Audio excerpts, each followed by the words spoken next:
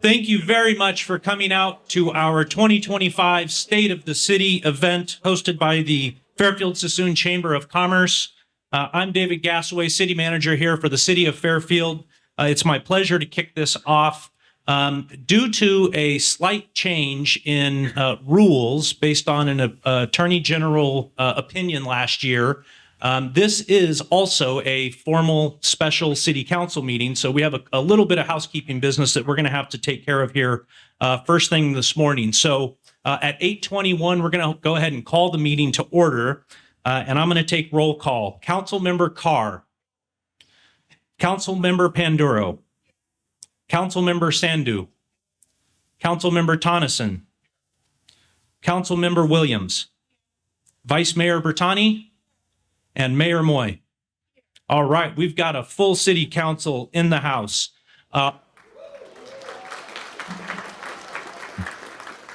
And now, are there any public comments for items not on the agenda?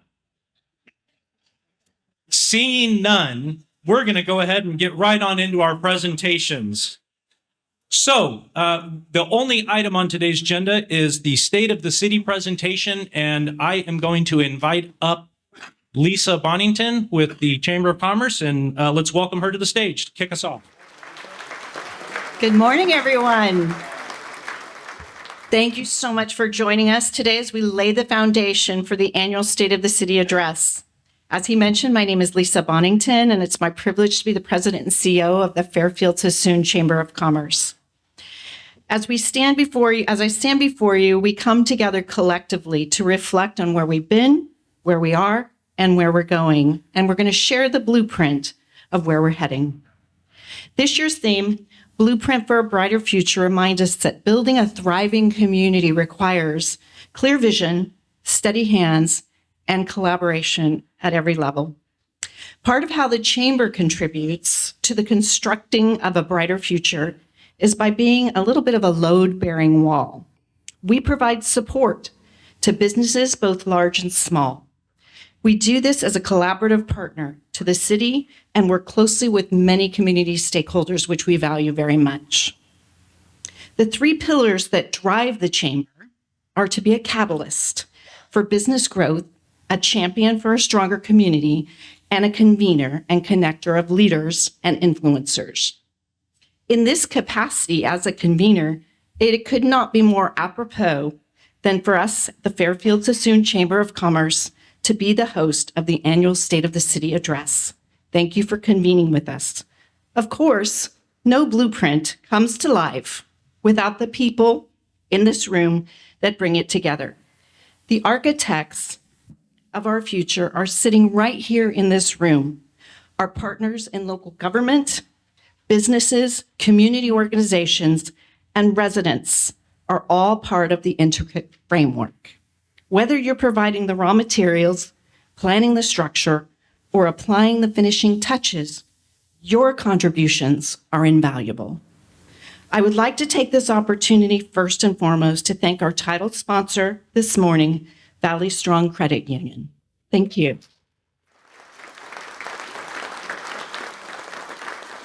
Valley Strong is no stranger to growth and development, having just officially opened its new full-service branch and administrative offices in Fairfield on Nelson Road. Congratulations on your wonderful achievement. It was a privilege to be there to do a ribbon cutting for you. I apologize, I was out of town. I would also like to recognize the Chamber's Board of Directors. If you'd please stand. Your leadership serves, my board members, please. Your leadership serves, I lost my place, as the framework for our organization's success. And I'm so indebted to you, as is our community and the businesses. Please give them a round of applause.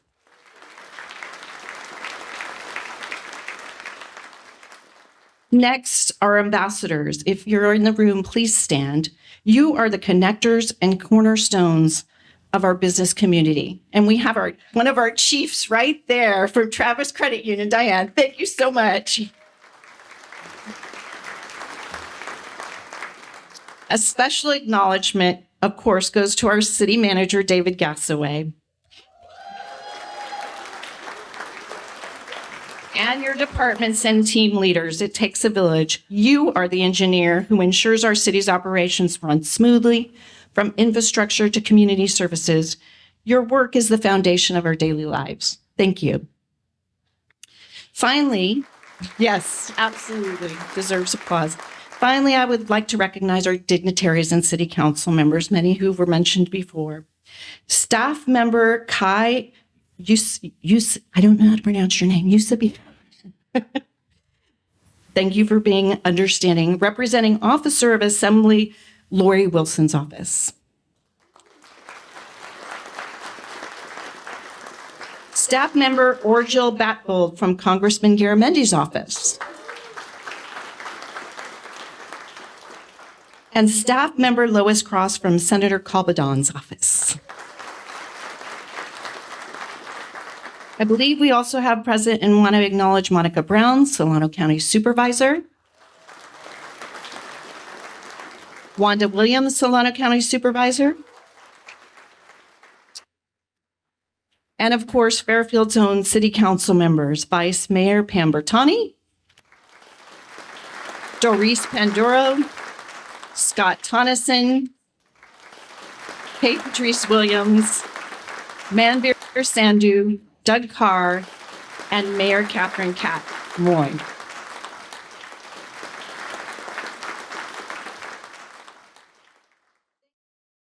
Being the Fairfield-Suisun Chamber of Commerce, it would be remiss if I didn't also recognize our Suisun City Mayor, Alma Hernandez.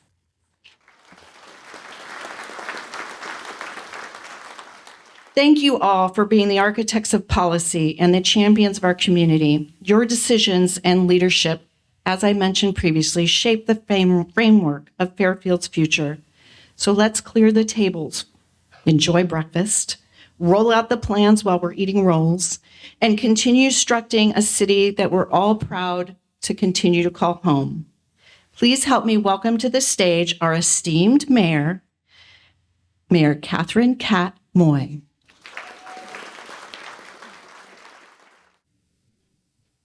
Good morning. And it's beautiful out in Fairfield today, isn't it? Or around the whole county, I guess, although I haven't driven the county today, but I know it's beautiful because Solano County is always beautiful. I wanted to mention something, some buddies, the 600 people who work for the city of Fairfield. Sometimes we forget to mention that they're the backbone. They're the people who put it together, who fill the potholes, keep our water clean. The staff is, we have amazing staff. That's why we're going to be able to brag today, is because of them. So I just wanted to give them credit. If we could give them a round of applause.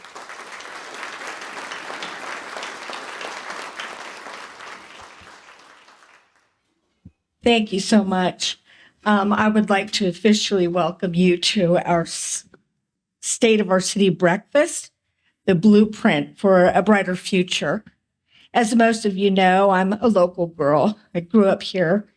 And to stand here today as mayor, it's an incredible honor.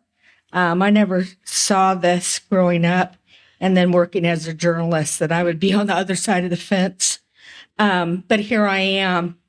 And in turn, you know, I am really dedicated to the city of Fairfield. And that's because it gave so much to me. Growing up, I learned so much here.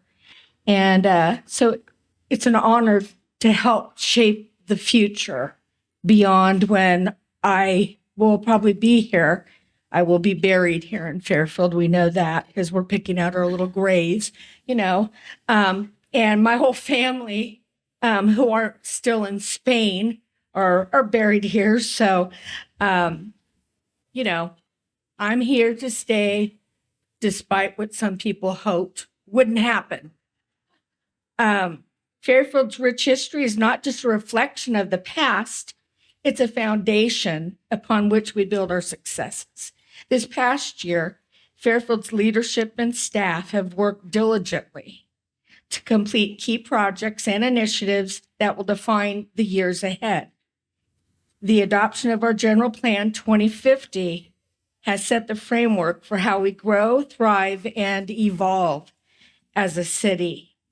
The Public Utilities Master Plan for water ensures our community has reliable and sustainable resources for generations to come if the state doesn't take 75% of our water, what they're still looking at. And, you know, we can laugh, but we're still trying to work on that, but it's a huge threat. It's still a big threat. And with the Parks, Recreation, and Open Space Master Plan, we are enhancing the quality of life for everyone, and we mean everyone, including our friends who refuse to leave the streets, all the way up to the people who are thriving economically. In addition, we have made significant progress in road construction, both north and south of the city, improving connectivity and infrastructure for residents and businesses. While we remain steadfast in completing Lopes Road, we recognize the challenges ahead and are committed to overcoming them. These aren't just plans on paper. They are our commitment, a blueprint for a stronger and more resilient Fairfield. As we look ahead, we must acknowledge the uncertainties facing local government across the nation. Federal funding, development regulations, human and health services, grants, and even the operations of our beloved Travis Air Force Base could all be impacted by shifting policies, economic conditions, and unbridled, unchecked growth. Despite these challenges, Fairfield is prepared. We have built a strong foundation, and together we're going to navigate whatever comes our way. We are resilient already as individuals, and this city council, city councils, well, for a long time I covered them as a reporter, but this city council, I'm just going to say, is one of the swifter moving. They really are something to work with, and I'm really honored to work with them. And I've worked with some great people on the council, but this crew is has a big place in my heart. Our city's not just a place where people live. We are a thriving hub of industry, innovation, and opportunity. Through job creation and economic development, we are attracting advanced manufacturing and expanding opportunities right here at home. Institutions like Solano College are playing a key role in building our local workforce, ensuring that Fairfield remains a destination for businesses and a place where people can build meaningful, well-paying careers. Today, we celebrate not just what we have accomplished, but what lies ahead, entering 2025 with a glass half full optimism. I'm looking forward to today's discussion, and I always love listening to our city manager. We have great guests today.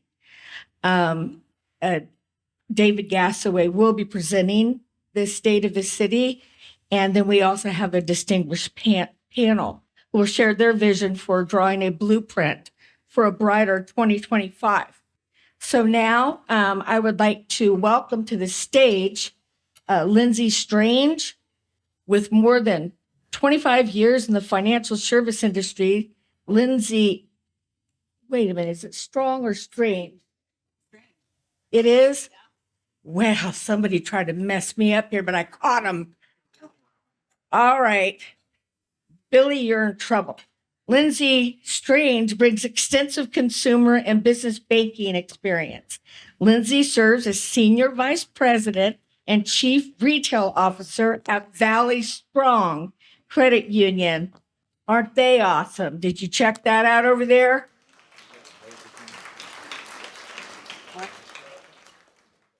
In this role, Lindsay leads about 250 team members across all retail branches, contact center, and wealth management team. Next up is Matt Braco. Matt is Senior Managing Director at JLL and co-market leader for the North Bay Industrial Market. With nearly 30 years of experience, He specializes in industrial real estate advisory, lease negotiations, portfolio dispositions, I'm running out of air, and investment sales across Solano, Napa, and Sonoma counties. Matt has been recognized, all right, as a top industrial producer in the San Francisco Bay Area. And then we have Scott, I'm going to slaughter your last name. Shahai. I was coached on that. They didn't try to pull the strange, strong thing with me here. It's not phonetic. Okay. Is the CEO and owner of Shahadi Family Foods, a family-owned dairy and food processing business with operations in the Western, including Producers Dairy in Fairfield, which we love. He began his career at the family's dairy farm while still in high school and then progressed through various operating and leadership roles at the company before settling into overall leadership in 2005. Did you milk a lot of cows or did you use machines? Yeah, I used to do that in what's Rancho Solano now, my friend up there. And so I got to learn to milk cows. It's harder than it looks, isn't it? Yeah. It actually is. I mean, yeah, it's not easy. So under Scott's leadership, the company has continued to grow and strive to live out its deep felt purpose of nourishing lives one at a time. So I welcome them, and then we're going to bring up, where are you? Oh, there you are. David is going to come up, another David. He's going to come on up and he's going to sit down and talk with our friends, and we're going to learn 1.5 million things. So come on up. I don't know about that.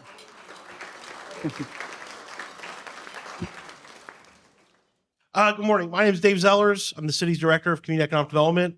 Thank you for being here this morning, supporting the chamber, supporting the community.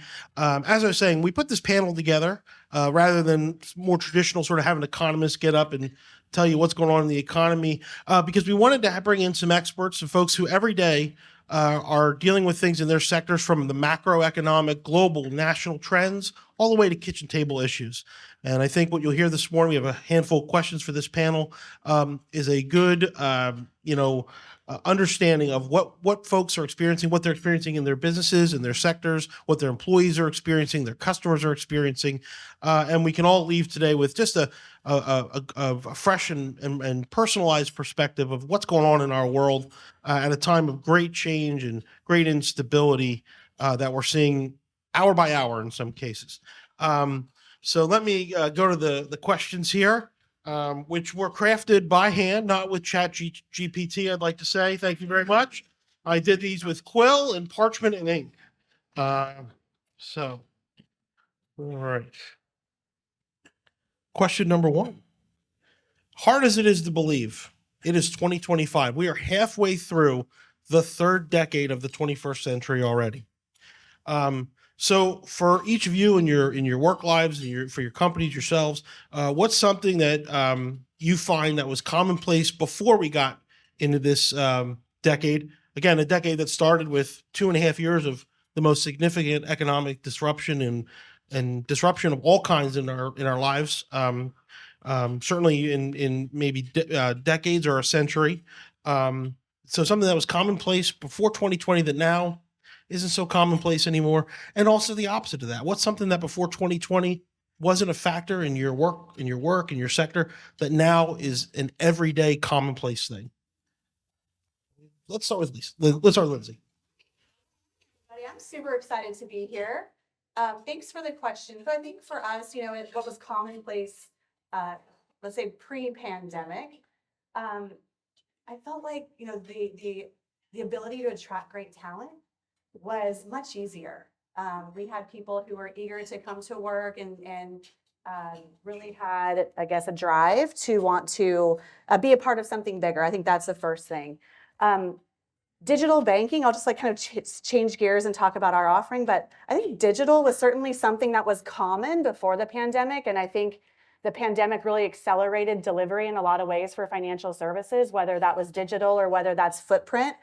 It really sort of challenged us all to continue to show up for our communities in a new way. And then, as we think about the future and kind of moving forward, I think the real piece here is like the ability to accelerate delivery, the acceleration of digital in new ways now that we've sort of pivoted, and the resilience that kind of came about because of the pandemic. The pandemic for us, I think, really allowed us an opportunity to think through how work gets done. And I know maybe some questions we're going to talk through later on about remote work. But I think it really challenged us all to show up in a different way. And how do we continue to, leverage the passion we have to deliver in our communities in a way where, it's not as easy as it used to be. And so I applaud many of you in this room for the pivot and for your continued resilience and just the energy that you put into your business every single day to come out on the other side of that.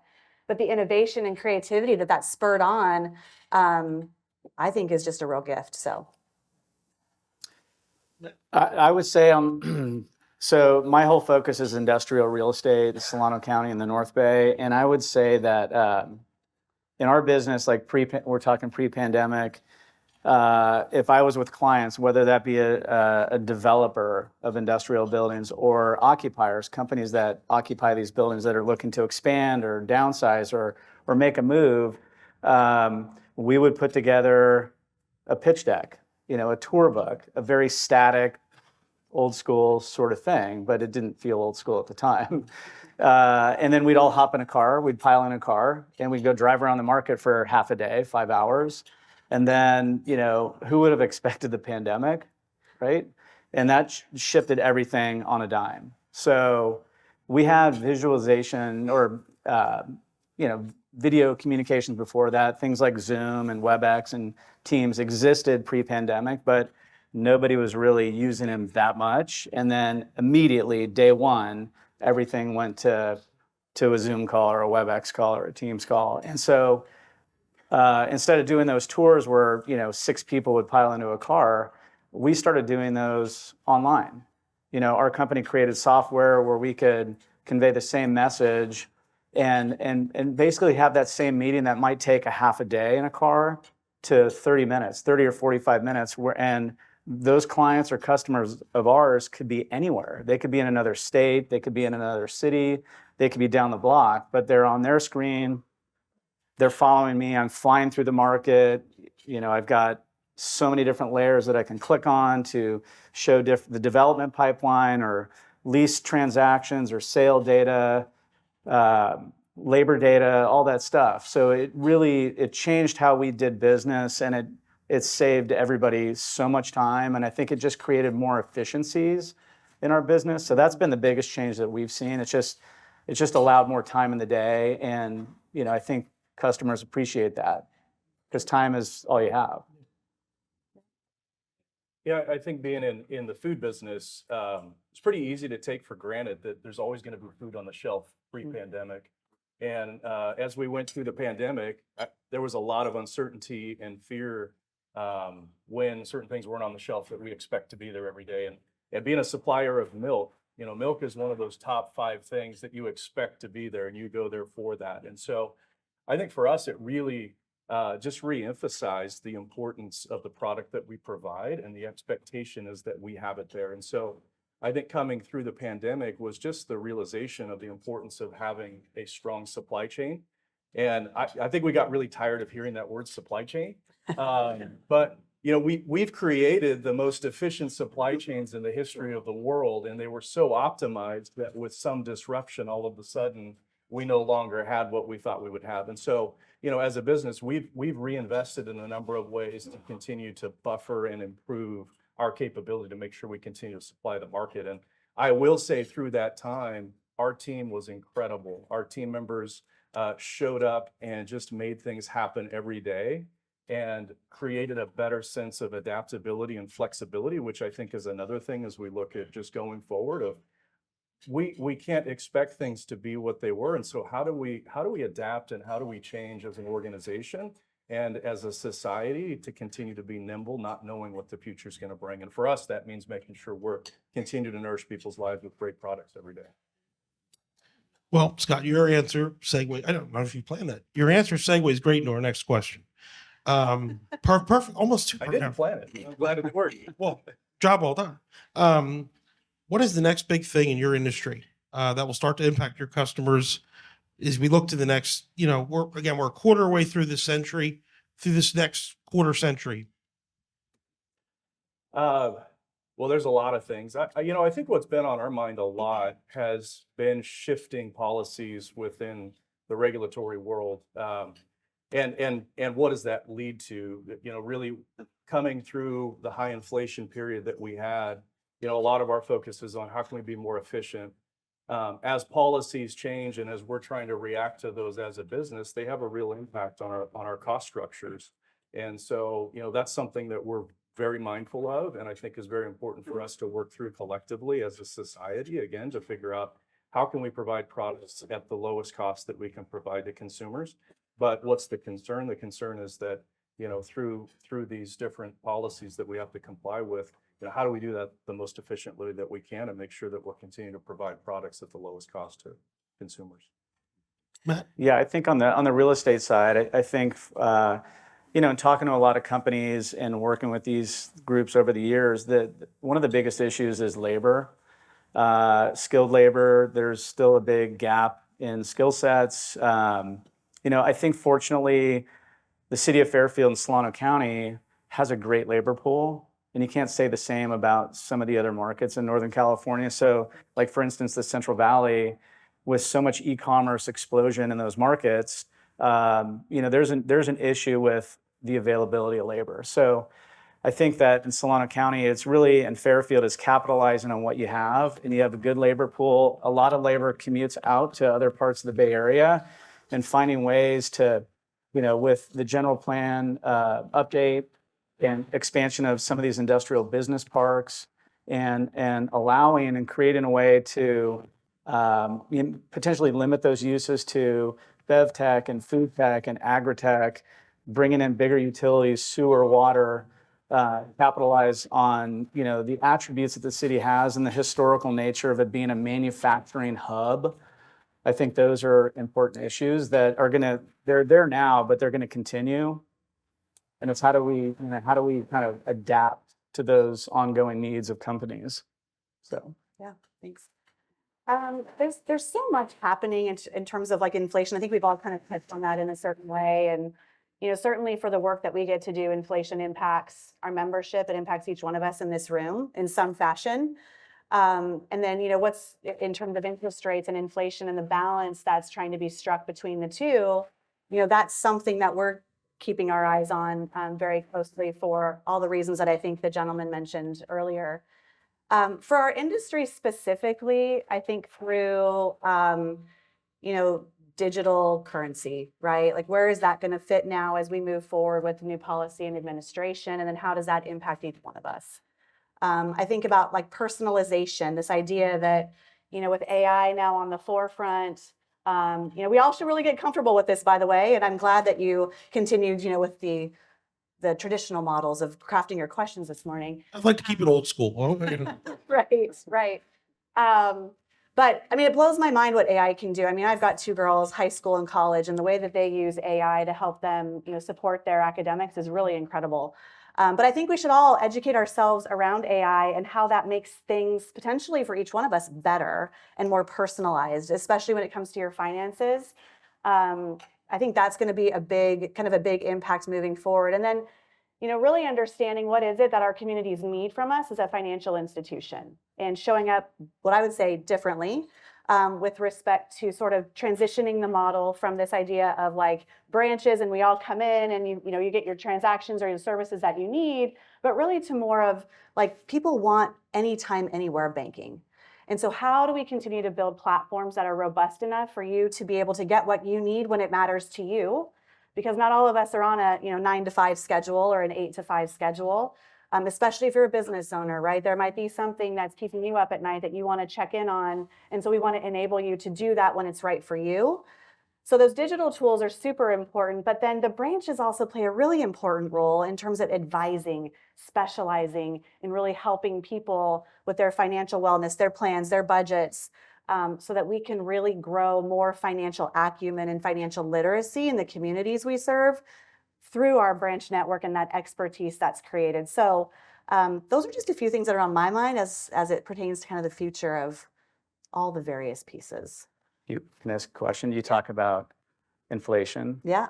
That's the biggest issue with every company that we deal with. Yeah. It's the cost of capital is so much, and Yeah. everybody's asking, where are rates going? Because we had such a good window of time between, call it 2020 and 2023, when money was so cheap. Mhm. And so now companies are struggling. They don't have, a lot of companies don't have the money to reinvest in their facilities. Money is expensive. So that's the biggest question that's out there right now, is where are we headed? Yeah, and I think, it's going to be really interesting. I'm sure you've all been following the news. But this idea of like, where do tariffs fit in, and what's the impact on interest rates, right? Does that make things more expensive for us to kind of operate?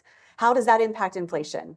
And then, like I mentioned, there's that balancing act between rates and inflation, right? And how do we continue to navigate the soft landing, but make it feasible for business owners, for each of us, aspiring to be homeowners, that access to capital to be able to invest in our futures, whether that's pivoting our business models, whether that's, first-time home buyers, what does that look like? And in terms of like the inventory, is there a point in time where the surplus in inventory is such where it does make access to home ownership easier?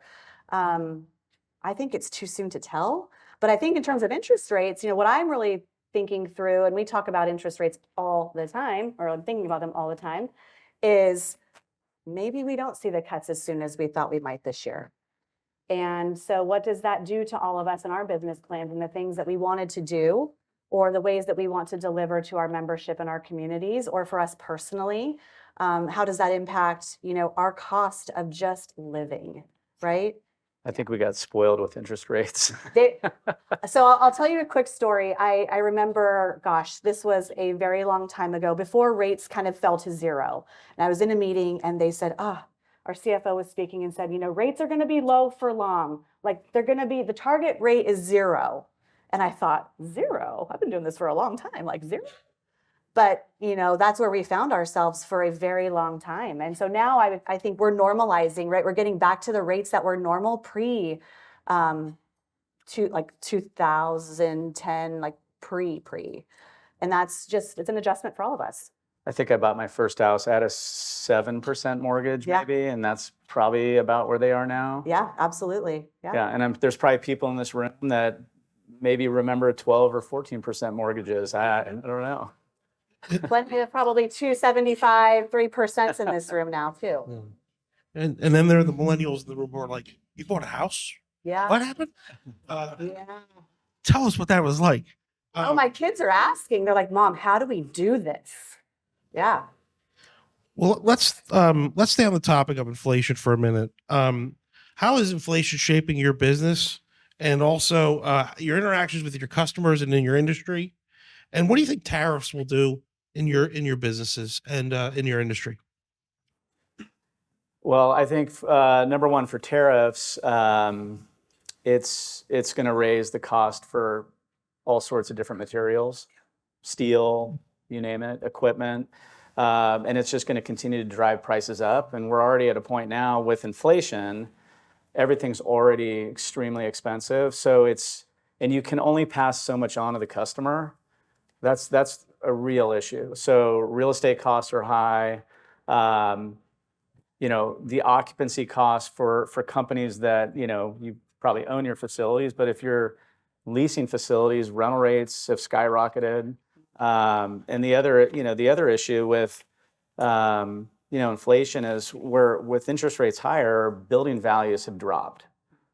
So people that own real estate have lost value in their buildings because they're just worth less. You can't sell it for a 3% cap rate anymore. It's probably a 7% cap rate. So the value is going to decline. So, and with companies and occupiers, in buildings, with higher tariffs, costs for everything is shooting through the roof or is going to shoot through the roof. So what we've seen, in the past few months is a lot of offshore 3PLs, Asian 3PLs have, done pretty big expansions in, let's say, areas like Southern California to kind of get ahead of the tariffs, to get product back into the U.S. before those tariffs take place.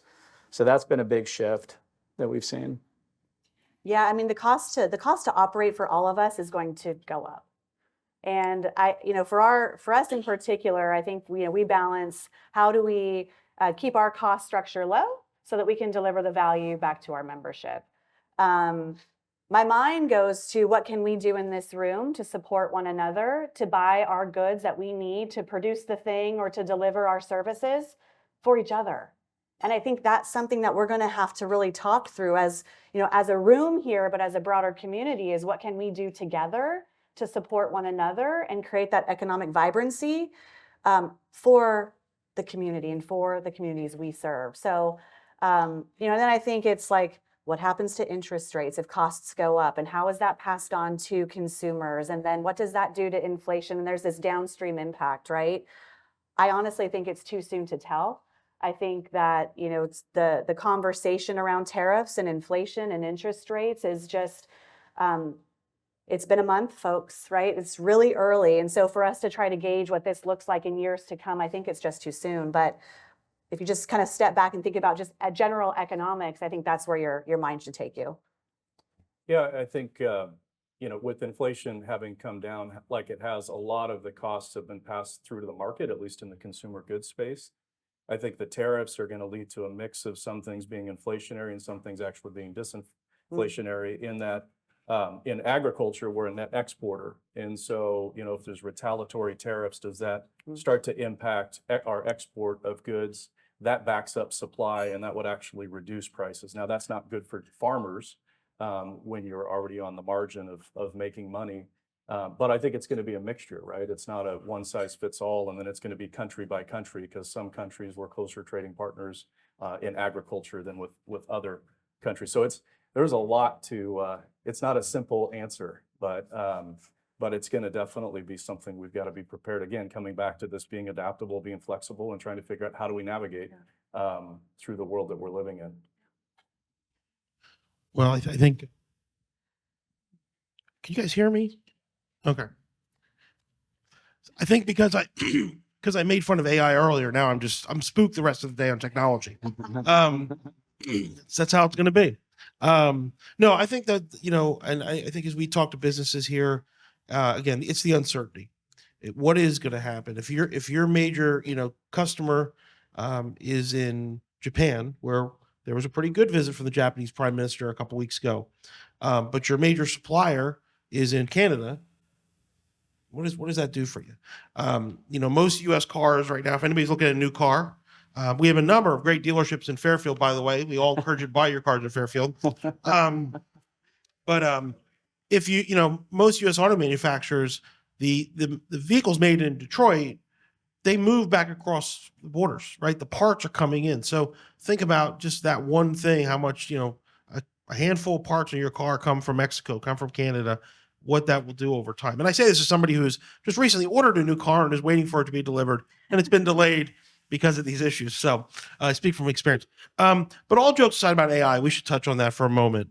The emergence of AI tools, the AI assistants, just the day in, day. I just saw this morning, Microsoft may have created a new form of material. It's not a solid, it's not a liquid, it's not a gas, something totally different for their quantum computing. So we know AI, it's just changing our world so rapidly now.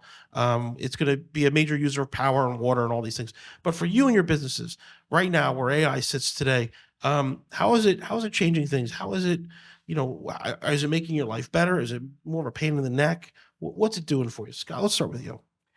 Well, I think it's a little early in our world. I will say historically, we continue to invest in technology, and the amount of product that we can produce in a day is, 100x what it was 50 years ago. And so if we look at AI as just another piece of technology, how is that going to affect the world? And like all technology, it's a tool. It can be used for good and it can be used for bad. And I think we've got all this social anxiety about how do we use it. But from what I've seen, it's going to be incredible. I mean, the way that it's going to play through either in our service capabilities, the way that it's going to enhance our knowledge, the way that it's going to lead to. So what does that mean? Well, how can we produce better products? How can we improve quality? How can we supply the market more efficiently? How can we deliver goods? If we look at the low inflation that we've had historically, a lot of it's because of the advent of technology that has allowed us to operate at a lower cost. And so I think AI is going to continue to allow us to improve goods and get them to market in a way that's better. Now, is that a straight line? Probably not, right? It's going to be like this. And so we've got a lot of learning to do to figure out how do we apply these tools. It's kind of like the early days of the internet. It's like, what do we do with this thing, right? And I think AI is kind of there for us, at least at this point, of how it's going to apply in the business, but very optimistic that it's going to lead to positive things, despite all the negative things that could be done with it. Yeah, I would totally agree. So I probably use AI every day in our business. So it's been helpful for me, and I'll give you some examples. So, if I have a lease agreement that's, signed lease agreement, whether it's in PDF or Word doc, I can upload it to AI, JLL AI. We have our own AI, and I'll just give it a prompt to do a lease abstract. And that was something I would always do when closing out a transaction. I would summarize the main business points, critical dates, things like that. It would probably take me an hour to do, and AI can do that in about 7 seconds. And it may not be in the form that I want, but all of the information is there. And if it's missing something, then you just give it another prompt, and it will find it and spit it out. So another tool is, we've got a big listing and we're doing a project video for it, and I wanted to create some sort of marketing content, like kind of a speech. Like, how would I give a presentation in a 45-second video about this property? And so I just uploaded our marketing brochure and just gave AI, ChatGPT or JLL AI, gave it a prompt, and it created a whole outline for kind of a video marketing content. So it's pretty powerful. It's here. I think most people are starting to adopt it. Certainly, you mentioned your kids in school. Kids in school love ChatGPT. Yeah, I don't know if that went off. I think, there we go. Are we there? Yeah, we're back. The other thing on the real estate front, so AI, like in the Bay Area, this is where AI was basically started. And we've seen, I think in the past 4 years, the AI industry has consumed about 8 million square feet of office space between the Silicon Valley and San Francisco. So it is probably one of the most growing industries here in the San Francisco Bay Area. So it will, it's like you mentioned, it's in its early stages. So we don't know where this is going to go, but it's here and it's going to continue to grow.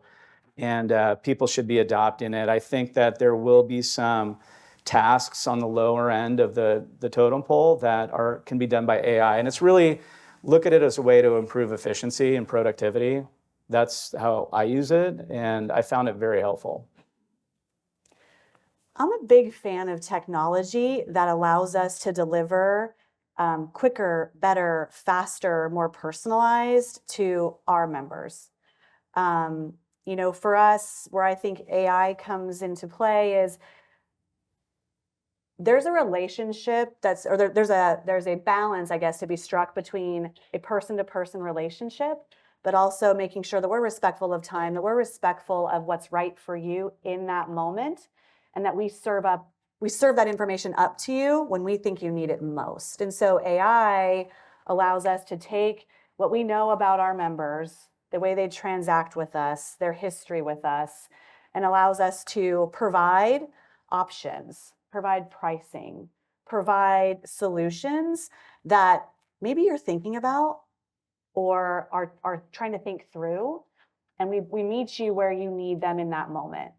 And so I think we're able to deliver in a smarter, more personalized way, and it allows us to have a great deal of confidence in knowing that those options for you are meeting you in that moment when we think you need it most, given this machine learning model, right? So there's a lot of that that's already happening, believe it or not. You talk about something with your partner, and all of a sudden, you have an ad on your phone that is telling you that you do really need to go buy that car, or Cowboy boots. the cowboy boots, or go on that vacation, whatever it is. I'm probably the one like, oh, see, babe, the phone even says we need to do that. It's the right thing to do. But that's happening already, right? And so I think for all of us, as we learn more about AI and we're trusting it more and more, is sort of leaning in or educating ourselves on really where it's healthy. The other piece where it comes into play is this idea of cybersecurity and fraud. It gives us insights as a financial institution around what feels like the right transaction for you and what probably is not. And then how do we action that or connect with you to validate that that is real or not? So there'll be more maturity, I think, around things like that as we move forward with AI. But without a doubt, it's a powerful tool when it's used for good. I think it creates a tremendous amount of efficiency. In our particular business, I love the idea of automating processes so that we take the friction out of doing business with people, and we can deliver faster, better for all of you. So AI, when used correctly, I think can deliver a tremendous amount of value. It's a tool to help, but it's not perfect. Correct. I've definitely person, right? Like we like to work with people. And so I think, like I mentioned in the beginning, is like there's a balance to be struck between a person to person relationship, and then where do I as a consumer lean into technology to help fill a gap or to help educate myself or confirm maybe a thought that I have already. I just in the interest of time, because I want to make sure we have time for Q&A from the audience. I have one more question for all of you. You have here assembled in this room, not just our city council and our department heads, but all the leaders of the community.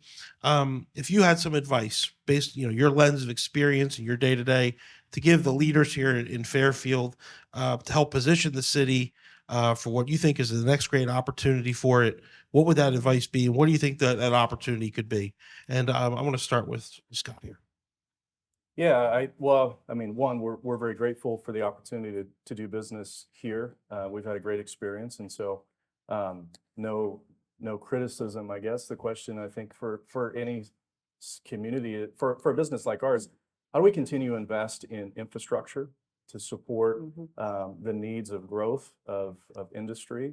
And then I think secondarily, how do we continue to provide a great workforce? And probably the second one is a bigger challenge more broadly, of whether it's education or whether it's job readiness or whether it's continuous education and development, of continuing to make sure that we've got the best talent that we can possibly have to continue to grow as businesses and enable people to, we talk about nourishing lives, and it's as much the products that we sell as the team members that we employ, and wanted to make sure we're nourishing their lives. And so I think this partnership with the local community is how do we together develop people and help people thrive the best that they can thrive. And so I think infrastructure and people are the first things that come.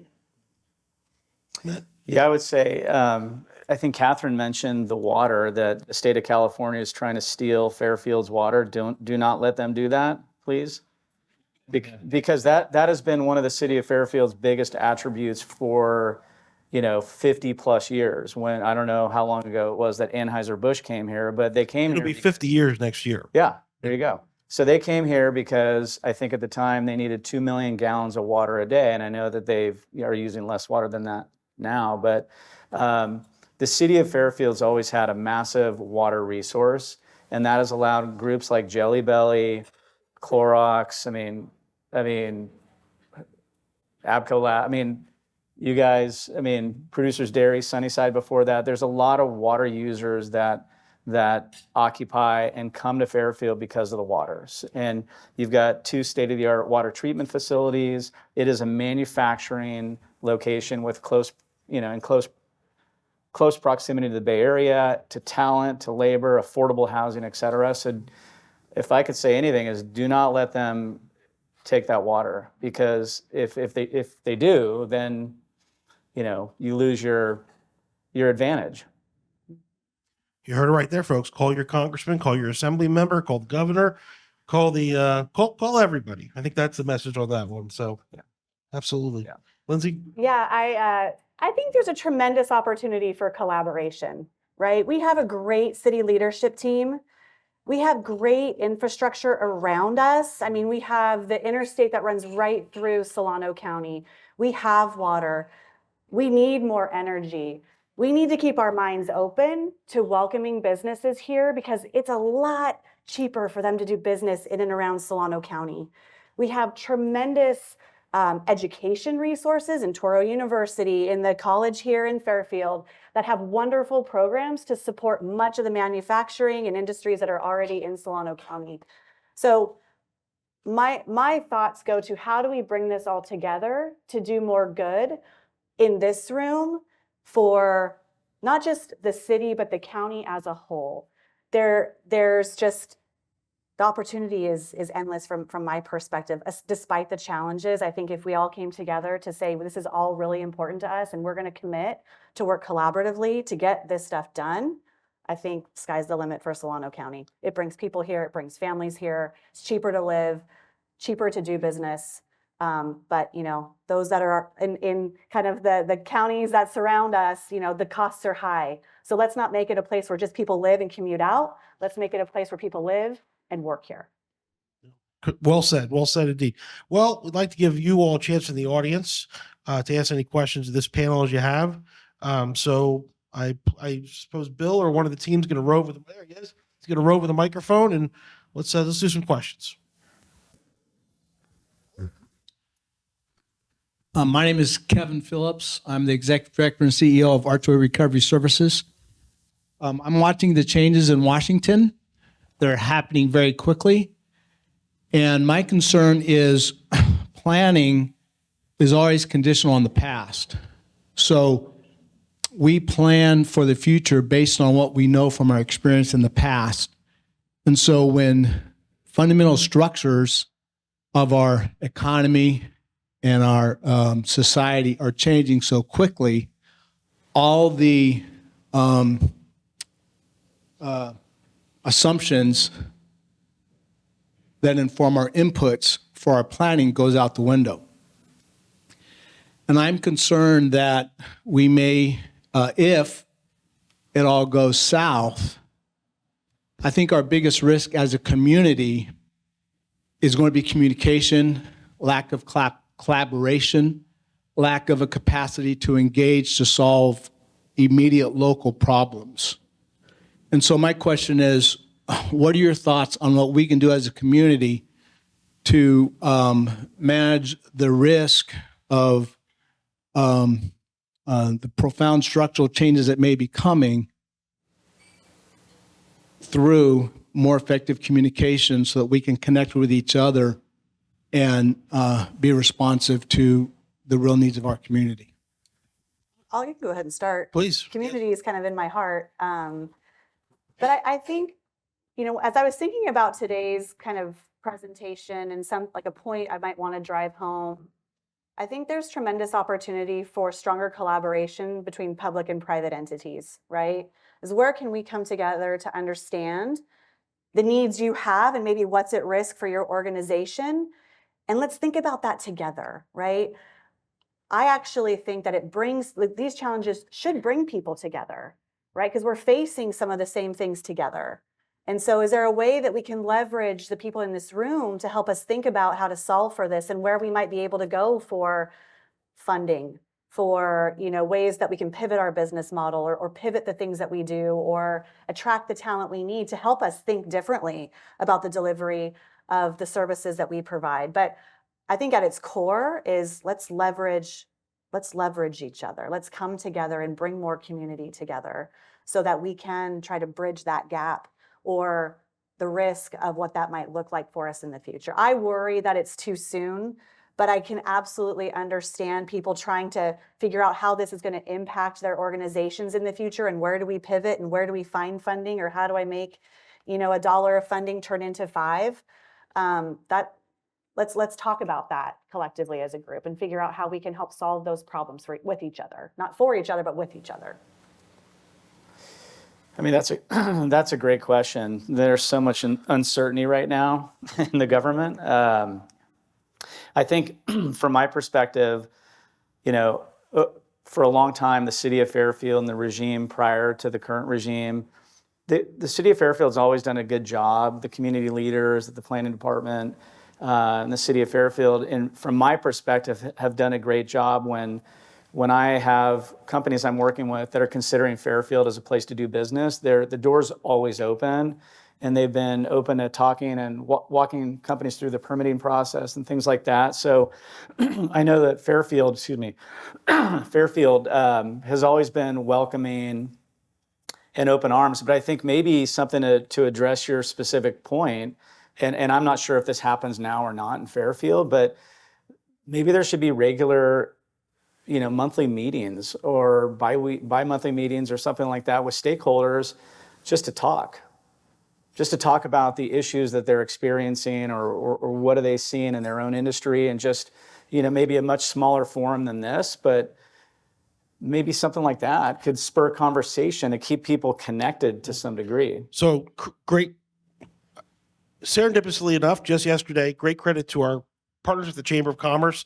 They hosted the first meeting of that, a leaders roundtable that will continue monthly. So perfect timing. I didn't chat GPT that. You should have. You should have. I think you got to go to DeepSeek and find out those things that they happen. But seriously, I mean, those efforts are underway, and I think from my experience too, getting people in the room, and as much as it is easy to do that Teams thing, the Zoom thing, but getting around a table in a room, investing that time, that's what really builds that relationship beyond the superficial. Scott, do you have any thoughts on it? No, I think that actually I was thinking that would be a great convening force, and that was said earlier about convening. It seems like the chamber would be a great place to make that happen. I appreciate it, really, the way you phrased the question around communication, because I think that's really it. Left to ourselves, right, when we're alone, our mind goes to the worst places, and I think when we get into community, we start to talk about opportunities, and when you start kicking things around, all of a sudden challenges open new doors, and I think my challenge to all of us would be, how do we approach these things even with uncertainty, see the threats and look for opportunities, and do that in a way that we're learning from one another. And it sounds like the chamber would be a great way to convene that. And I'll just add it, and it is definitely a time of instability, insecurity, whatever you want to call it, right? Unknowns.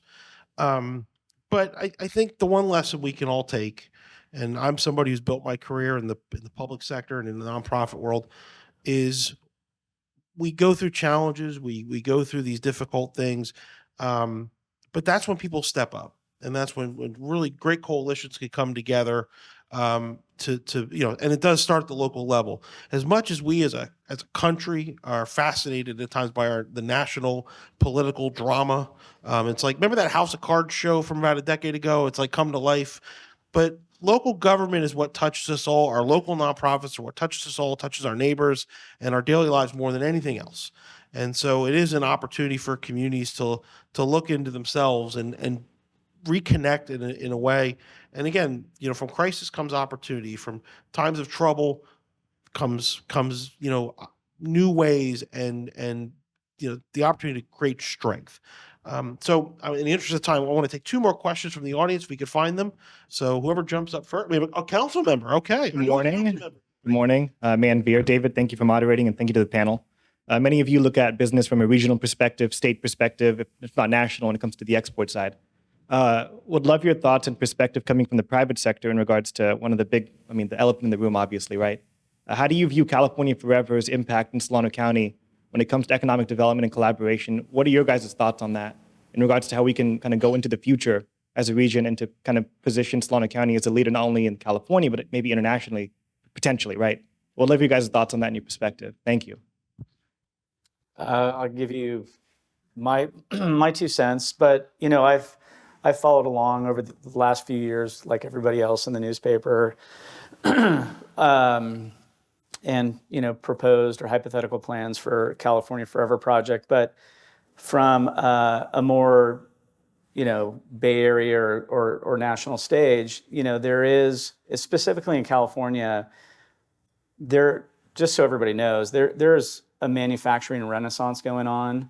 in the United States. And most of that demand goes, it starts here in the Bay Area, pilot stages, and then it expands, and it usually goes to another state. And part of the reason is less taxes, or could be a labor issue, but it's usually more favorable taxes and things like power. Power is the hugest driver right now, and we have an issue in California with power, specifically in Northern California and reliance on PG&E. And so these companies are going to other states because there's better sources of renewable energy, wind, solar, cheaper power rates. So there's an opportunity to capture some of that demand here in California. I think manufacturing companies want to stay in California if they can, and there's not that many big, sizable tracts of property left in California to do that. So I think that could be an opportunity if done in the right way in Fairfield and Solano County. So I think, California, we've got nearly 40 million people. So from a consumer market standpoint and people marketing to people in California, I think how can this be the best place to do business? Even if California may not be the best place to do business relative to other states. But I think this could be the best place, right? And so I think within California, that would be number one. How do we position Fairfield to be the best in the state of California where businesses want to be? It's a great place for export. I think the manufacturing opportunities are going to continue to happen, and there are niches that make perfect sense to be here. And so I think really focusing on those would make the most sense. Apart from that, because we can't control what California is going to do, but I think we can control what's going to happen here locally. And I think this could be positioned to be, again, the best place to come and do business. And who doesn't want to be? I mean, this state is the most beautiful state with access to so many things. So people want to be here. And so how do we position the city? It is 20 degrees where I grew up in Pennsylvania today. It is going to be 70 degrees here on Saturday. Point well made. Lindsay, you, and then I'm getting the high sign here. So I'll just go quickly. I mean, I think I've talked a lot about just, keeping our minds open in the city for new ideas, fresh perspectives, and bringing people to the county and to the city, right? To live, to work. So I just encourage us to keep our minds open to fresh ideas that do create economic vibrancy for the city of Fairfield outside of the base, right? The base is such a huge contributor, but what else can we do to bring that to the city? And I think some of these ideas, California Forever, the things we've been talking about this morning, are tremendous opportunities for us. ladies and gentlemen, would you please give the panel a round of applause? Thank you. And with that, I'd like to now bring up the OG Dave of Fairfield, our city manager, Dave Gassaway, everybody.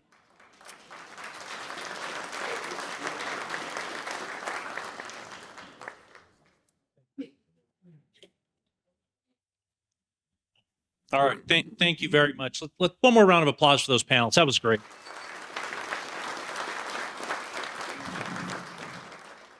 All right. Well, it is my distinct pleasure to give you a little update on what's going on and what we have accomplished here in the city of Fairfield. As anybody who's spent considerable time with me knows, one of the skills I do not have is brevity. And I think I have about 2 hours of stuff to present here, and I'm going to try to get through that in about 20 minutes. So bear with me. I would, as always, I would be remiss without thanking this city council for the honor of continuing to work with this incredible city staff and this incredible community and leading us into a brighter future. The mayor touched on it just a little bit in her opening remarks, as did Lisa. The theme for this year's our annual report that everybody has on your table, as well as this State of the City session, is Blueprint for a Brighter Future. And that is because this past year, it took a few years, right? This wasn't just one thing that happened in this past year, but in this past year, we completed 3 major undertakings that really do set the blueprint for the way that our community will continue to develop well into the future. The biggest of which is our comprehensive general plan update, the first one in just about 30 years. and it was called the Fairfield Forward 2050 project, because really what it's looking at is how we will continue to grow and develop up until about 2050. Building off of that, the Parks and Rec Master Plan, what that did, that's the first one the city of Fairfield has ever done, or at least that we have found that we have ever done. And what that does is, in partnership, right, both the Park and Rec Master Plan and our Public Utility Master Plan, they really tier off of that general plan. So as the general plan guides what is going to be our focus for policies for growth over the next 25, 30 years, the Park and Rec Master Plan starts to set those standards of what the community, with a lot of community engagement, we wanted to see what is the expectations of this community for how our parks, recreation, and open space is delivered to the community. And so it sets that based on those growth patterns as well as that community input. And then, as our panelists just mentioned, we've got great water. When I'm going out and I'm talking to businesses, I like to say, I think we're the most water secure city in the state of California, and that is important, that is valuable, and we are going to do everything we can in fighting with the state of California not to take that incredible resource for us.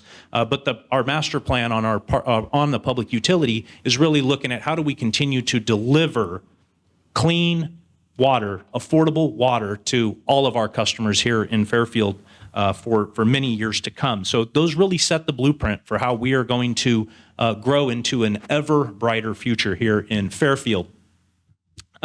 So the City Council for the last few years now has had 6 main priorities that are listed there on the screen. What I'm going to do today is I'm mostly going to sort of cover highlights under each of these and walk you through some of the great things that have happened here in the city. So within those 6 priority areas, this past 2-year goal cycle, we do them on a biennial basis in alignment with our budgets. We had 22 objectives and 213 action items. The council really set a high bar, and I have to hand it to the incredible team here at the city of Fairfield. As of today, we are 85% either complete or on target with all 213 of those action items.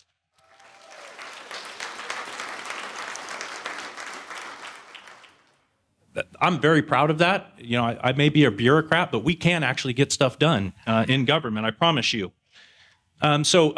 Just diving right on in. On the homeless front, we are proud to have partnered with Change and New Beginnings here in this past year to bring on street outreach. So later on, I'll talk a little bit about our financial situation and how we're working to overcome that.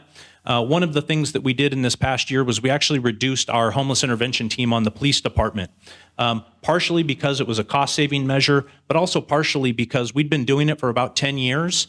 And you know, in the state of California, it's not just Fairfield, across the state of California, our unhoused population is not particularly going down. And so we wanted to try a new tact by bringing in more of a social service mindset to do that street outreach. So with Canby, we have 2 dedicated staff members that are doing outreach. They're making connections with the unhoused population and really striving to build those relationships and help to guide them towards the services that we're providing, that are provided by Solano County, so that we can help them get off of the streets and hopefully into a stabilized situation. Over at 310 Beck is the largest homeless shelter in Solano County. It's here in Fairfield. There's been a lot of investment in the last 4 or 5 years in that facility in really bringing it up to a top-notch facility. And so through a creative partnership with the Solano County granted the city of Fairfield funds to build a training kitchen and revamp their wellness center. Now, the wellness center is where they do, sort of the medical appointments and medications and all of that stuff. It was being operated for years out of what I could only call a dilapidated trailer. But now they've repurposed a building. It's beautiful. It's nice. It's much more of a conducive environment for wellness for the population that we're serving there at the shelter. And the training kitchen is really entrepreneurial, right? It is helping to build people up with skills that are then directly applicable to the culinary arts and what help them go find employment while they're there and as they're navigating towards stabilized lifestyle. This is an opportunity for them to get training that then is a directly applicable skill for employment. We have 3 different contracts at the City of Fairfield with shelter operations, one of them being 310 Beck, another one with Can Be, and as well with Mission Samoa. And through those services, we served 267 unhoused, and 55% of those resulted in this past year in a positive housing outcome. Now, what is a positive housing outcome? Positive housing outcome means they either left the shelter to go stay with family or friends or into some form of permanent supportive housing. So with those funds that we're putting into these services, more than half in this past year went into a positive outcome, and that is excellent. That is people getting back on their feet. And I've got to give a special shout out to Samantha and April and Delaney in our homeless services division. They're the ones that sort of coordinate all of the contracts and all the programs and are out and connected with this community. They have done an incredible job in this past year of really putting together data metrics. The council challenged us a couple years ago and said, what is our return on our investment? And so this is one slice of that. For each of those successful outcomes, we're spending about $6,800 per successful outcome. And so we have a report now that we're publishing to our website, I think quarterly, and that gives a whole big, breakdown of all of the services that we're providing, what those outcomes are, and we're going to be working on putting together a dashboard here in this next year that really sort of makes it more digestible from a kind of an infographic perspective. On the housing front, very proud of this. We are one of 50 jurisdictions in the state of California that has received a pro-housing designation. What is the pro-housing designation? That is given, it's awarded, you have to apply for it, you have to strive for it, but it recognizes communities that cut red tape, reduce construction and development cost, and create housing policies with growth in mind. So we are one of 50 jurisdictions. So that is incredible. That gives us additional bonus points when we go apply for funding for housing grants. But not only that, just by getting the designation, the state of California gave us money. So we received $775,000 from the Pro Housing Incentive Program that goes towards our housing department's efforts to deliver more affordable housing opportunities here in the community. Also proud of the partnership that we had with Napa Solano Habitat for Humanity. Last year, at the State of the City, I had mentioned that we had partnered with them on a project. It was under construction. This past year, it was completed. 3 families, 3 first-time home buying families were able to move into their very own home for the first time ever. Now, they had to put in 500 hours of sweat equity into that. But this is, again, another example of those partnerships that were talked a little bit about by the panel, and Kevin's great question of how, with the community, how do we stay together? These are examples of that. These folks qualified, they put in effort. Volunteers from around the community also came out to help build these homes.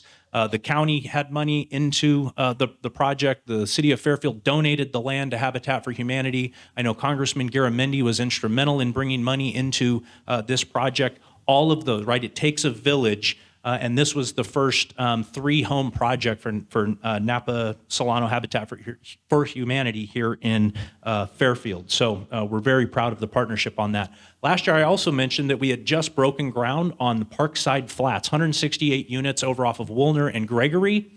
All affordable. Every single one of these 168 units is affordable. And really the big update is they are cranking along with their construction on that project. If you've been down that way, they are some great looking buildings scheduled to be completed September of this year. So by this fall, this winter, by Christmas time, 168 households are going to have an affordable place to live right here in the city of Fairfield. And luckily, right next to Allen Witt Park, where we're also making a lot of investment in revitalizing that incredible community asset. So that continues to move along. Inclusionary housing. This is something that the City Council made a lot of progress here in this last year.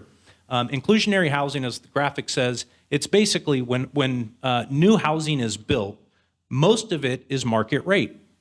And some portion then is required to be affordable housing. Now, there's different ways that then gets applied. It can either be the developer says, okay, I'll set aside these 5% of units or whatever that final policy the council settles on for a percentage. Either they'll build the units and they'll deliver them to qualifying households, or they have options. They can donate land to the city of Fairfield. And again, as we're propping up our housing operations to start bringing in more and more funding from the state of California, we then can partner with nonprofit developers or sometimes for-profit, but affordable housing developers to build those units, or they can opt for an in lieu fee, which again starts to create a sustainable revenue stream. We have a housing crunch in the state of California. That is no secret to anybody. I still equate that with the loss of redevelopment 15 years ago. And it's crazy to think that we're still talking about something that happened 15 years ago from the state, but we lost the only dedicated local government revenue stream for building affordable housing 15 years ago. Fast forward 15 years, what do we have? We have a housing crunch. So this is a means by which we can create a new local sustainable revenue stream that can help us to deliver on the affordable housing needs of our community. Shifting over to the quality of life, again, Mayor mentioned it briefly, but we had a few different roadway projects that were finished here in this past year. Anybody that lives out in the Cordelia area knows that Red Top Road's widening made a significant impact. I'm looking here at Councilmember Williams. This was a project that had some logistical challenge. There was water infrastructure in the road that had to be moved, and so it was longer than it should have been, but it is completed, and I'm sure that is delivering some traffic relief, particularly around school start and end time with Rodriguez High School. So we're very proud of getting that project done. On the other side of town, over on Claybank, little shout out to Lewis Communities. I don't know if they're here in the room today. They delivered this project as a part of their overall Villages master plan, and they delivered this thing quicker than we thought they could. So they delivered this project very quickly. Again, really helping to just relieve some of that traffic congestion. Personally, I'm very glad this project's done. I live in Villages, and so there's one resident that I live with that I don't have to hear complain about this project not being done anymore. We also introduced our first 3 all-electric buses into our fast transit system this year. This was delivered from grant funds, and it also helped us to get more FTA grant funds, fingers crossed that those still get delivered to us, that we're going to be using to improve infrastructure at our Public Works Corporation yard so that we can really accelerate our effort at moving to a clean fleet and mostly all-electric fleet. Now, that is a severe challenge. Communities across the state of California to meet the state mandates for electrification, that is a serious challenge. It is a huge cost and it is a serious challenge, but this is just one of those great steps we made in this past year to start getting our way there. These things are very smooth, they're very quiet, no greenhouse gas emissions as they're operating, so we're very proud to have brought those buses online here in this past year. Moving into sort of the center of the city. North Texas, 2030 North Texas. For those of you that maybe have been around the community a while, this is the former bowling alley site on North Texas that has sat vacant for many, many years. We have, this last year, we finalized all of the plan sets. We bid the project. The bids came in just a little under what we had anticipated from an engineer's estimate perspective. So we're delivering a project cheaper than we thought we would, hopefully. It's the contracts awarded. We're all set to go here within the next month or so. This project is going to be breaking ground. This is the first new park in what I would call Central Fairfield, maybe in decades. And it's right along the North Texas corridor. The city council at their goal-setting retreat just a few weeks back really emphasized the desire to see us start to shift to more effort to reinvest and reinvigorate the North Texas corridor. This is a huge first step that is going to be breaking ground and shaping the North Texas corridor here in this year. And it's another spectacular partnership that we have with Solano County. So there's a building there that you can see. It's that white block that's up there on the screen.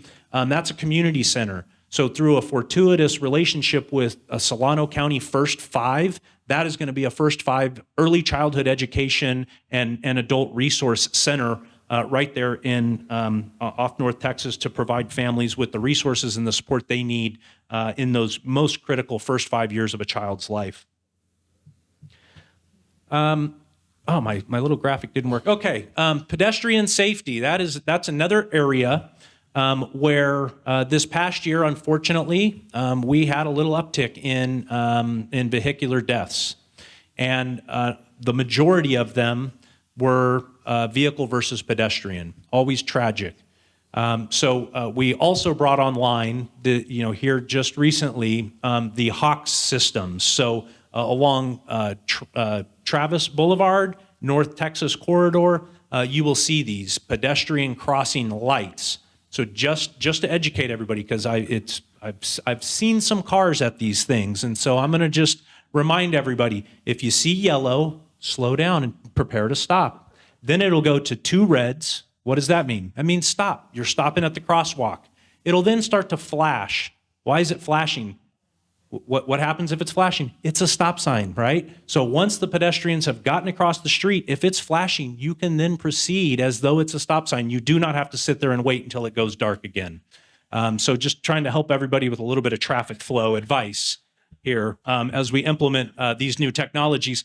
But I can tell you, at night, these make an incredible difference for pedestrians that are out having to cross busy arterial roads like North Texas and Travis. Moving on to Travis Air Force Base, we continue to be a steadfast partner and supporter of all things Travis Air Force Base. They're the biggest employer in Solano County, more than $2.7 billion of overall economic impact the base brings to not just Fairfield, but the broader region. And we have been working for 2 years ago, we got a grant from the Office of Local Defense Community Coordination or Cooperation to study what were the resiliency concerns for the community and Travis Air Force Base collectively. Through that grant funding, we actually ended up setting what is now the national model for how Old CC rolls out this grant program at other bases. We have been bombarded by communities from all across the country wanting to talk to us on how we set up this stakeholder engagement. The outcome of that first round of the grant was we identified that power was one of the most biggest resiliency issues for Travis Air Force Base. And so I see Clay, I see you in the back of the room, plug your ears. On occasion, PG&E is not as reliable as we would hope it to be. Sorry, Clay, I had to. But so what this is helping us to do is we're exploring alternative and creative ways in which we can improve power resiliency in partnership with Travis Air Force Base, so that number one resiliency issue for them is hopefully taken away, and then we can continue to help them focus on other needs for the base. So I'm very proud of our partnership with Travis Air Force Base, as well as Solano County. Solano County, again, has been a great partner in this program. They've helped with matching funds and staff time as we've explored those opportunities. Big shout out to our men and women of the Fairfield Fire and Fairfield Police Department.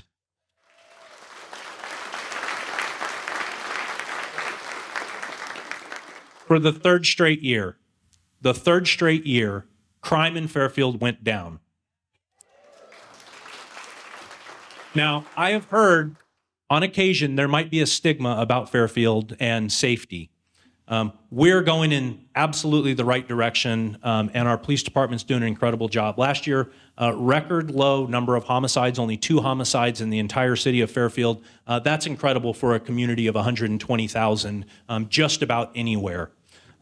Also on the fire side, our fire department got propped back up. It sort of went away in COVID. Our community emergency response team, CERT, what CERT does is that trains community members on emergency response so that in a big natural disaster, whether that be a fire or an earthquake, we have community members that know how they can step up and better assist emergency response in their neighborhood.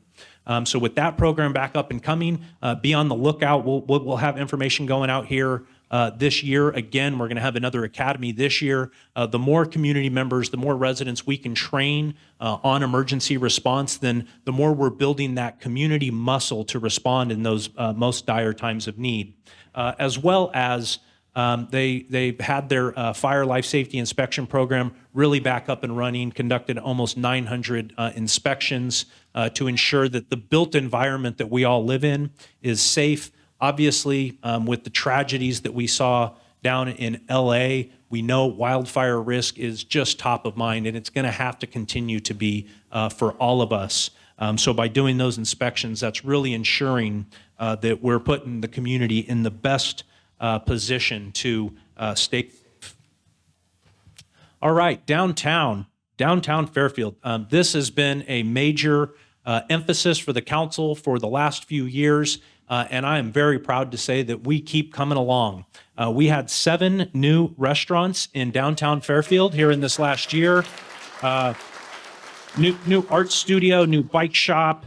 There's more personal services like nail salons and hair salons, and we right now have the lowest vacancy rate that we have had in a long time. 3% vacancy rate in downtown. There's a couple of storefronts that are vacant, yet we have owners who have purchased buildings to bring in new restaurants, and both of the two, I can't say anything just yet, but both of the two are really starting to cater to more of a what I would call a Friday night out type of elevated quality. And so if you've not been downtown on call it a Friday night or a Saturday evening in a long time, I encourage you to get out there. It's active. There's more people out, and downtown continues to just be back on the rise. Speaking of, just this week, we kicked off our phase 2 of our streetscape improvements. So what we're doing is we're removing all of the street trees. Apparently the types of trees that we had down there, nobody really liked the sap that they rained all year long. And then that got the ground all sticky, which made the ground look dirty. So we're changing those out. We're also going to be adding, fancy colored stamped concrete in areas, as well as art.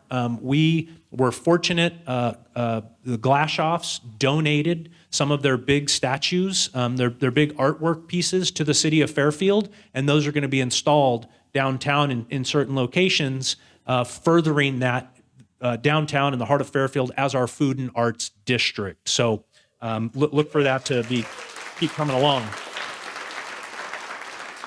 Moving over to West Texas Street, we are in process right now of doing a water main replacement.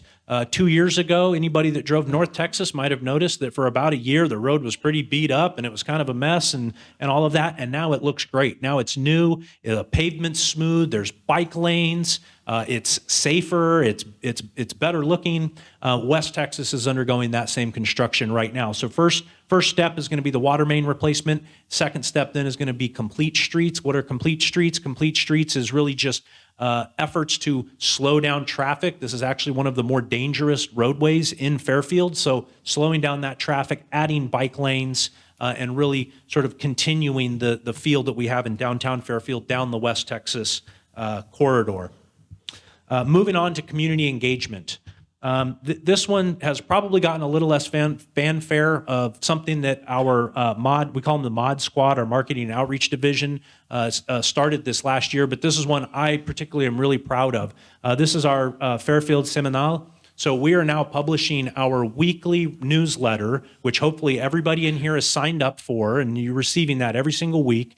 It's the most up-to-date information. I'm constantly just sort of beating on my department heads, hey, get stuff in the weekly, get stuff in the weekly. We need to let the community know what's going on. We're now publishing that every single week in Spanish as well for our Spanish-speaking community. And so we're proud to have, and the conversation on AI makes this possible from just an efficiency standpoint. So very, very proud of our team for getting that up and running. And then we continue to expand our outreach. So our engagement from 2023 through 2024 was up 11.3%. We had a 22% increase in our active users across all of our platforms. 20% new users subscribed to our website for the things like the weekly updates or RFPs or anything. You can go on our website, and if there is any particular piece of information you want to know about, you can sign up. And if there's any new information pushed, you will get an alert saying, hey, here's new information about that topic you care about. We also had a 51% increase across both Facebook and Instagram followers from 23 to 24. So across all of our platforms, whether that be social media, website, our YouTube channel, 85,000 followers across all of those platforms. So this is what is helping us to make sure to get out the good word of all of the stuff going on in the city of Fairfield to our community, and I'm very proud of the work our team has done. Just touching real briefly on the organizational excellence, last year we rolled out a transparency portal, which has lots of information. It has our council goals, status of those goals, so that 85% number, you can go and you can dive way down into each one of those. Everybody's got a lot of free time. You can go dive into each one of those activities that we have, and there is an update. We update that quarterly. We have substantially expanded our transparency portal as of late. We now have an open data portal, so just about any data. If you want GIS data, if you want, you name it, we are putting it up on the open data portal for any member of the public to go see. We went live here just last month with our police transparency portal. So police data, crime data, all of that reporting information now is open, it's accessible, it's mappable, and it's all there for anybody to go and see. And then finally, we also unveiled a development portal. So last year we started with our capital improvement project mapping that showed you every single capital improvement project in the city of Fairfield. You can go in, you can dive in, you can find, okay, how's this funded? When's it supposed to start? When's it supposed to end?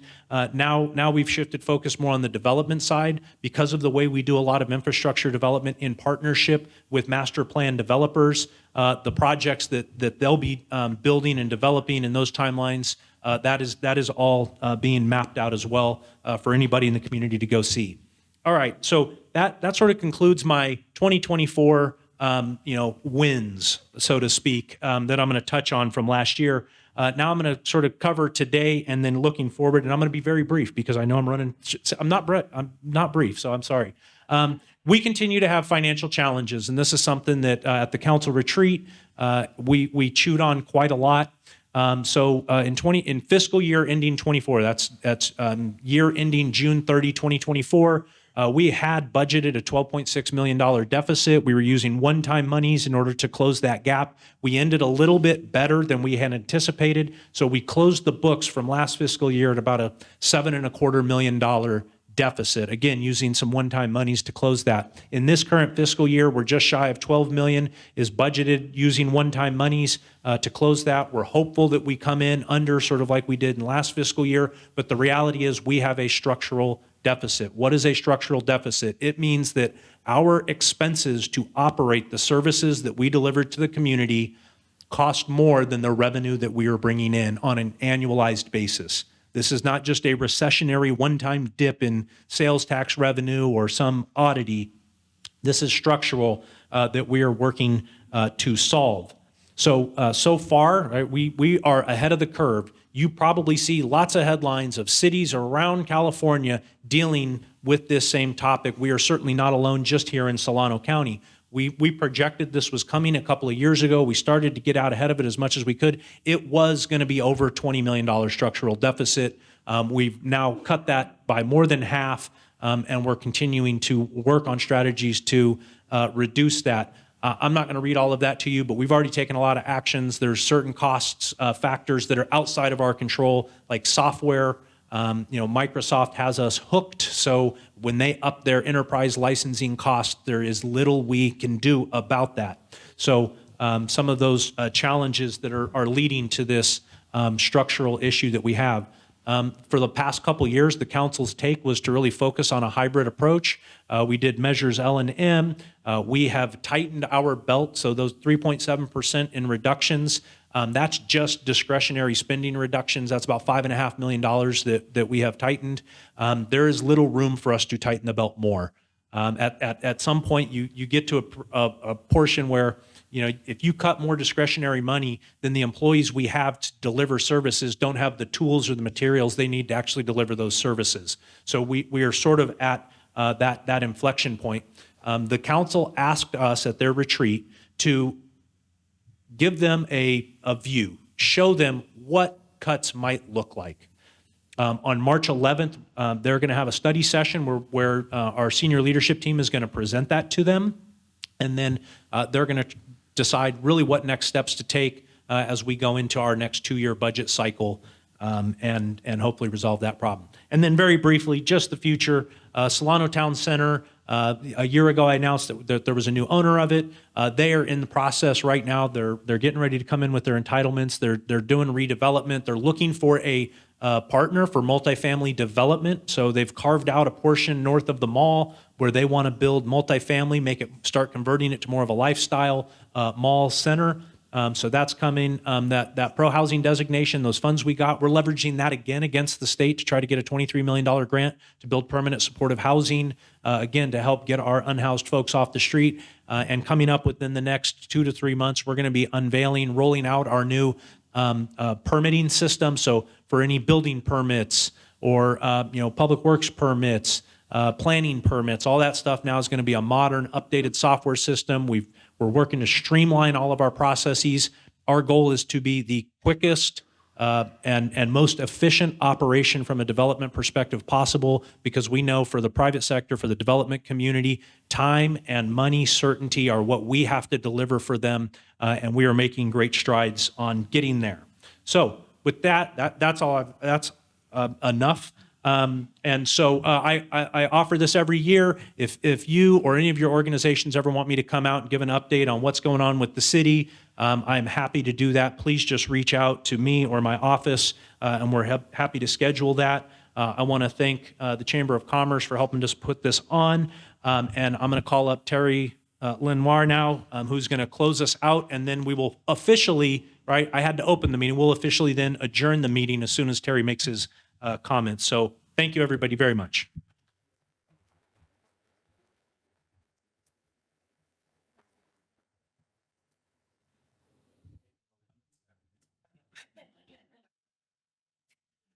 All right.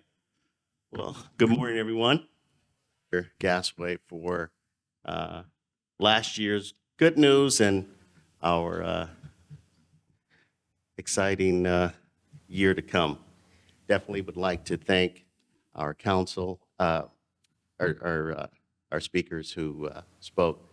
Thank David for leading that speak. And just to end, as we close the State of the City address, I'd like to express my deepest gratitude to the city, to our leadership. Mayor, I'd like to thank you, the City Council as well. We had one oversight in our initial welcome, and that was Lieutenant Colonel Taylor Marcotte from Travis. I'd like to definitely thank you. Appreciate you being here. Thank you very much. So, very important, we know that our community is very resilient, innovative, and collaborative. And the strength of our partners as we continue to move forward. The challenges ahead are real, but the opportunities are as well. So together, as we shape the city, not just to prepare for the future, but also that we may thrive, inclusive and full of promise, let's continue to work together to make Fairfield the best place to live, work, and do business. Thank you very much. Have a great day.